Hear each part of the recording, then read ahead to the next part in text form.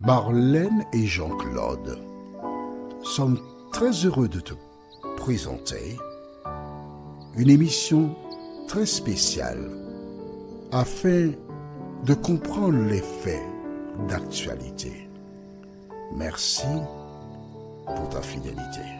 Merci pour ta fidélité à l'Éternel. C'est parce que tu lui es fidèle que tu ouvres la Bible. Parce que tu es fidèle et que tu désires être sauvé, que tu cherches à mettre en pratique ce que tu lis. Mais en même temps, l'ennemi est à l'œuvre afin de t'empêcher de marcher selon la parole de l'Éternel. Rappelle-toi, chaque fois que Dieu dit quelque chose, l'ennemi incite les gens à faire le contraire. Tu as le choix entre obéir à la parole ou la rejeter. Aujourd'hui, notre thème est « Je frapperai ». La référence se trouve dans Exode 12, versets 12 et 13. Exode chapitre 12, les versets 12 et 13. Avant d'aborder le thème, recherchons la présence du Saint-Esprit qui nous est indispensable. Prions. Notre Seigneur et notre Dieu, merci pour la parole. Merci pour ton enseignement. Cet esprit continue de nous éclairer afin que nous marchions dans tes voies, nous t'en prions. Au nom de Jésus et pour ta gloire éternelle. Amen. Dieu a donné les indications à Moïse, à savoir quoi?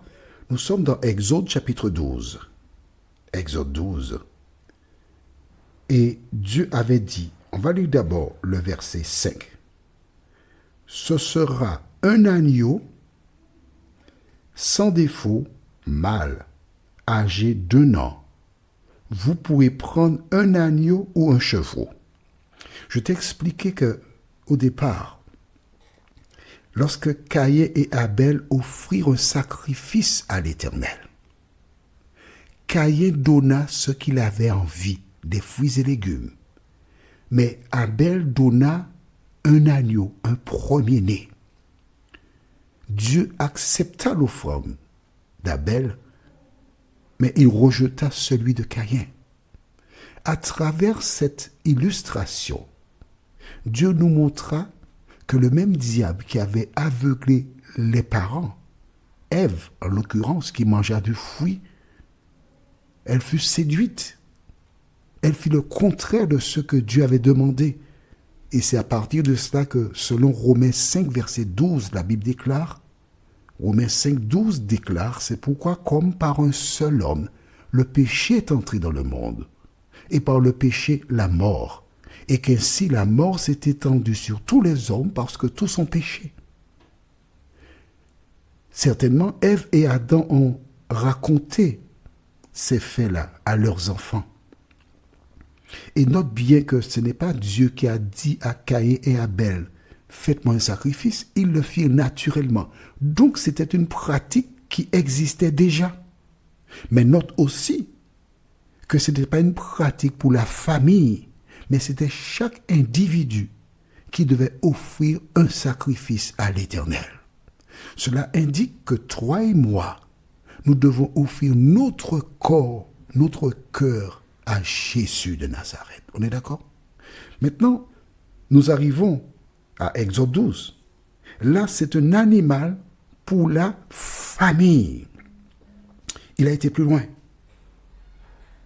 C'est-à-dire que toutes les personnes qui sont dans le foyer devaient adhérer au projet, devaient croire, devaient accepter. Et comment ils démontraient qu'ils croyaient et acceptaient?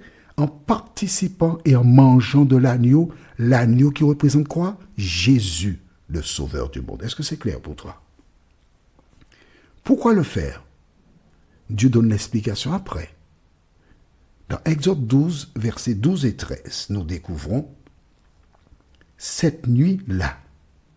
Donc, c'est la nuit. Rappelle-toi, nous avons vu dans Matthieu 25, verset 6, au milieu de la nuit, on cria, voici l'époux. Voici l'époux.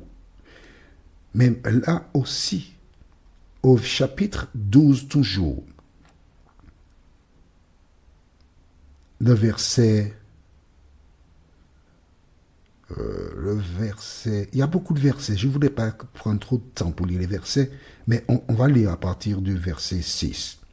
Vous le garderez jusqu'au 14e jour de ce mois, et toute l'assemblée d'Israël l'immolera entre les deux soirs, c'est-à-dire la journée.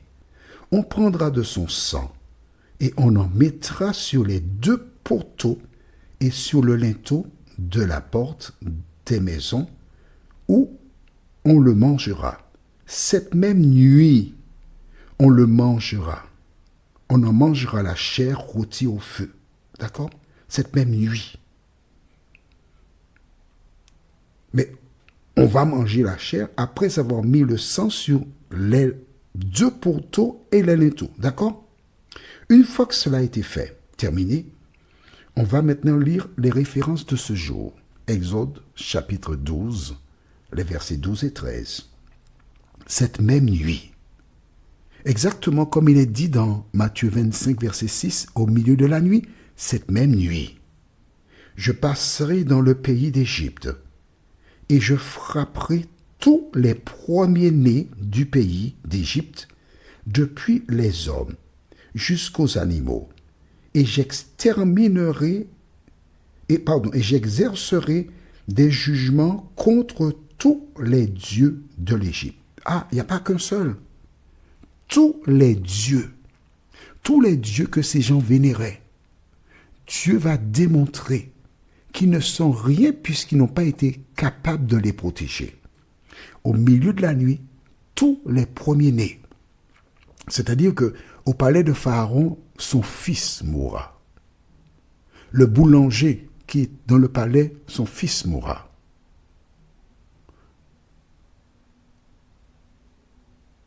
Toutes les personnes qui travaillent dans le palais de Pharaon perdront leur premier-né.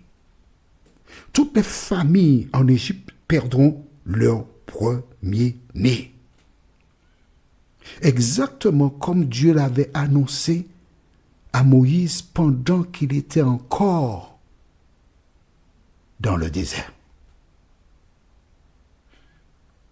Mais lisons maintenant le verset 13. Je suis l'Éternel. Le sang vous servira de signe sur les maisons où vous serez. Je verrai le sang et je passerai par-dessus vous, et il n'y aura point de plaie qui vous détruise quand je frapperai le pays d'Égypte. Voici pourquoi Dieu avait dit de mettre le sang sur les poteaux et sur le linteau. Il a dit, c'est Dieu, il passera. Avant d'aller vers les Égyptiens, Dieu passera par Gozen. Et toutes les maisons où il y a du sang sur les poteaux et les linteaux, il ne va pas y toucher. Du tout. Parce que le sang sert de protection. Que représente ce sang? Il représente le sang de Jésus. Donc nous comprenons que toutes celles et ceux qui, depuis le jardin d'Éden, Abel, ensuite Abraham et tous les autres prophètes qui offraient des sacrifices à Dieu jusqu'à la venue de Jésus, étaient protégés par le sang de l'animal qu'on immolait et qu'on offrait en sacrifice à l'Éternel des armées. La question qui est importante, le sang des animaux, c'est lui qui protégerait le premier-né et ainsi que tous les membres qui sont dans la famille. D'accord? Parce que tous laisseraient l'Égypte. Aujourd'hui, le sang de Jésus est indispensable sur ton cœur, afin de laisser non pas l'Égypte, mais cette terre pour monter avec Jésus, là où il a déjà préparé une place pour toi. As-tu le sang de Jésus sur ton cœur? Avoir le sang sur les linteaux veut dire que nous croyons la parole que tu nous as annoncée, Moïse. Voilà pourquoi nous obéissons à la parole. Aujourd'hui, toutes celles et ceux qui veulent avoir le sang de Jésus sur leur cœur doivent croire en la parole et obéir à la parole de l'Éternel. Notre prochaine étude s'intitule « Le souvenir ». La référence se trouve dans Exode 12, versets 14 à 16. Exode 12, versets 14 à 16. Le souvenir. Prions. Notre Seigneur et notre Dieu, merci pour la parole. Cet esprit, merci de continuer de nous éclairer et de nous diriger dans la vérité, nous t'en prions, au nom de Jésus et pour ta gloire éternelle. Amen. Que l'Éternel continue de te bénir et il me tarde de te retrouver. Nous sommes parvenus au terme de notre réflexion. Si d'aventure tu as une question, il te suffit d'envoyer un message par le biais de WhatsApp au numéro suivant, plus 596 696 88 93 93. Et alors Jean-Claude, moi, je me ferai un réel plaisir de répondre à ta question.